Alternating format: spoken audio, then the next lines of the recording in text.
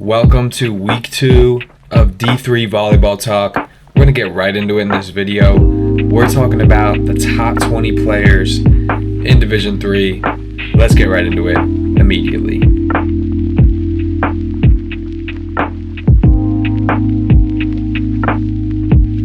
First off, what's up guys? Welcome to the channel. If you don't know me, I am Mitch Sturkenberg, the assistant coach at Marymount University men's volleyball. This is my second year with the program. I'm doing tremendous things, but this channel is all about growing the game of volleyball.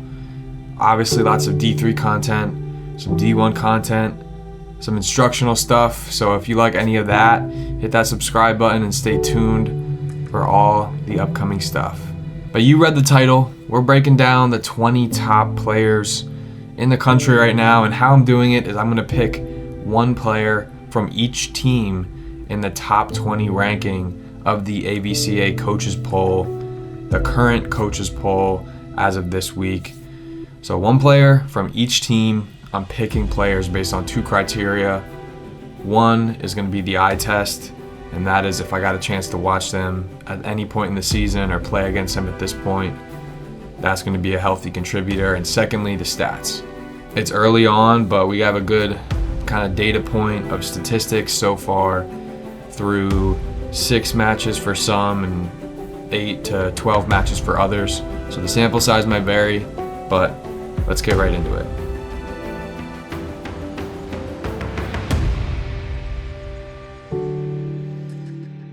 Kicking things off here with team number 1, we have Baldwin, Wallace. The Yellow Jackets are currently 3-1 on the season. The player I selected from them is Michael Beard.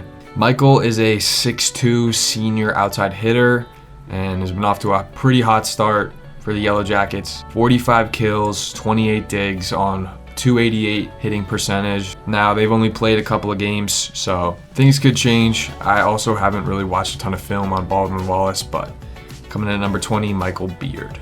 At number 19, we have the Nichols Bison, I think they are. And the top player on Nichols so far, I'm picking Jack Normandin, 5'11" outside from Clifton Park, New York. Jack's currently got 73 kills for the Bison, along with 10 blocks, 386 hitting percentage. He's leading the way. Nichols has been pretty solid aside from a sweep to the number 1 team in the country, Wentworth. I look to Jack to be a healthy contributor for this squad going forward. At number 18, you know who we got, none other than the Marymount Saints. I know this team far too well, but at this point, the player I'm picking at number 18 is going to be Devon Robinson. 58 kills, 341 hitting percentage, 10 aces, 8 blocks, leading a lot of categories, but Devon's been sensational for us at this point in the season. Diego Pena right there up on his heels with very similar stats, but Devon's poised away and he is coming in at number 18 on the list. All right, coming in at number 17, we have Benedictine, but the player I'm picking from them is Chase Olsen.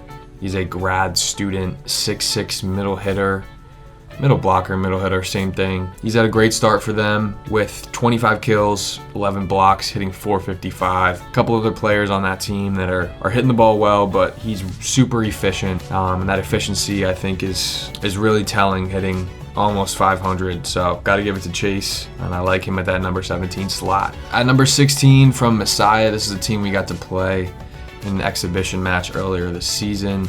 Ryan Gibbons, another middle hitter, and he's been really special for them this year. He's shown that growth from first year to sophomore season, really developing in all aspects of the game, blocking, running routes, attacking, finding ways to be creative at the net. He's been really solid. 46 kills, hitting 400. What you're looking for out of your middles, hitting a high percentage, hitting at a high clip. And I think he's leading the team in kills. So when you can do that out of the middle, find those connections, you're going to find success.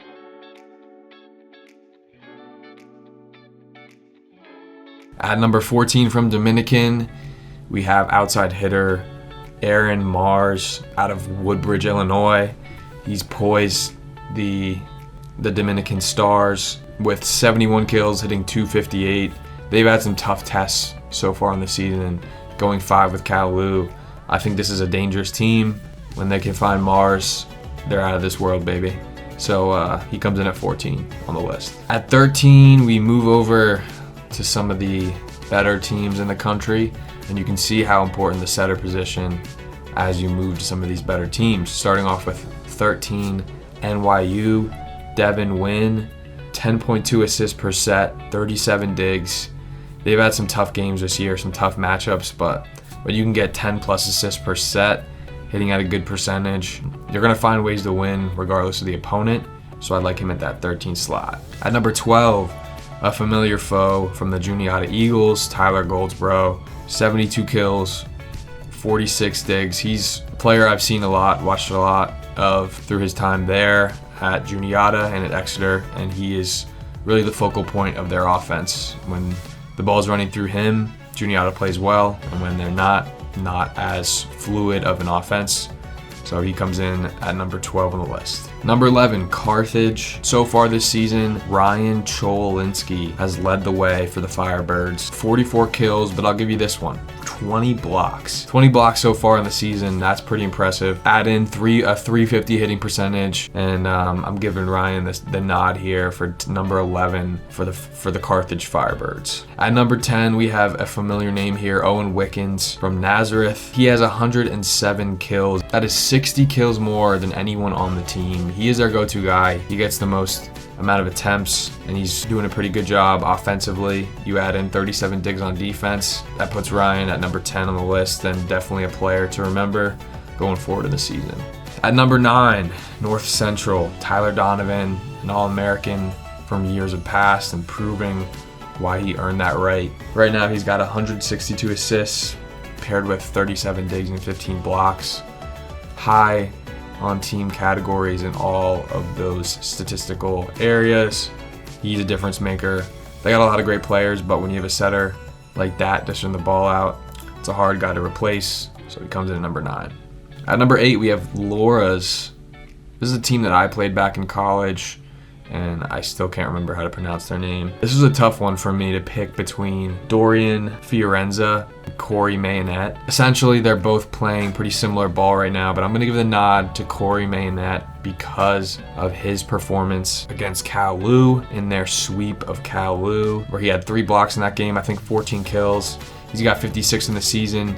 He's doing remarkable. We'll see if those pins can continue that performance throughout the season, but he comes in at number 8. At number 7, another setter, another key contributor for the Springfield team is Dylan Mulvaney. 144 sets, and then you add in 17 blocks with that. Setter that can do both, dish out the ball and control the net. It's dangerous. He comes in at number 7. At number 6, this comes in no surprise for Vassar, Jacob Kim. He's been one of their best players for the last couple of years, and that's been no different through the first couple games this season. Another setter. They run kind of a 6-2 combo offense, so he has 94 assists to go along with 55 kills. So he's one of those combo players that can run an offense but also be explosive as an attacker. Well-deserving number 6 on the list. Number 5, we have Gavin Newman, St. John Fisher, a team that I haven't watched a ton on, so we'll go pretty much on stats here. Has 185 assists and 18 aces. 18 aces, that's a number you don't see too often at this point in the season. When you can get another team out of system that consistently, you're a dangerous player. So look to see how dangerous his serve is whenever you play St. John Fisher this season. Number 4, this was a tough one for me. Playing Kowloon last year, I saw how good Taylor Marks is. Talked a bit about how good he can be as a setter, and I think he's probably a top 10 player in D3. But I'm going to have to go with Jordan Cooper. Kowloon made a massive jump this year, and I think his performance as being an OH1 on their team really elevated their overall level. So he comes in at the number 4 spot. At number 3, we have Christian Schaefer from SVU. Schaefer's a primetime player, 71 kills, hitting 345. He gets a bulk of their attempts, and when they need a side out, they'll go to Schaefer for a ball. So you got to put multiple hands in front of Schaefer, and he's still probably going to hit on top of you most of the time. So he comes in at number 3 in the list, and a dangerous SVU team. Number 2, Stevens, the grad student filled roster. Everyone coming back from that national championship team last year. So many key guys, lots of balance, lots of consistency, but Really starts with the setter position, Loudon Moran for them. 196 assists so far, 51 digs. He's the pacemaker. He sets the tone. And he runs the show for the Ducks at number 2. And number 1 on the list, the name you've all been waiting for, Jacob Labouliere from Wentworth. 69 kills, hitting .373. He's 6'10", and the man can hit the ball hard and high. And he's a force to be reckoned with, and so is this Wentworth team. They've proven against tough competition this year to play their best ball, so he's one to look out for against Wentworth. All right, y'all, that's the list. 1 to 20, top 20 ABCA coaches poll. Hope you like it. Let me know in the comments if I missed any. Like I said, I don't get to watch every single game in D3 volleyball, but this list, based on stats, based on what I've seen so far, lots of volleyball to go. We'll be tuned in to all of it that we can. That's all I got for this video. Thanks for tuning in, and we'll see y'all next time. Peace.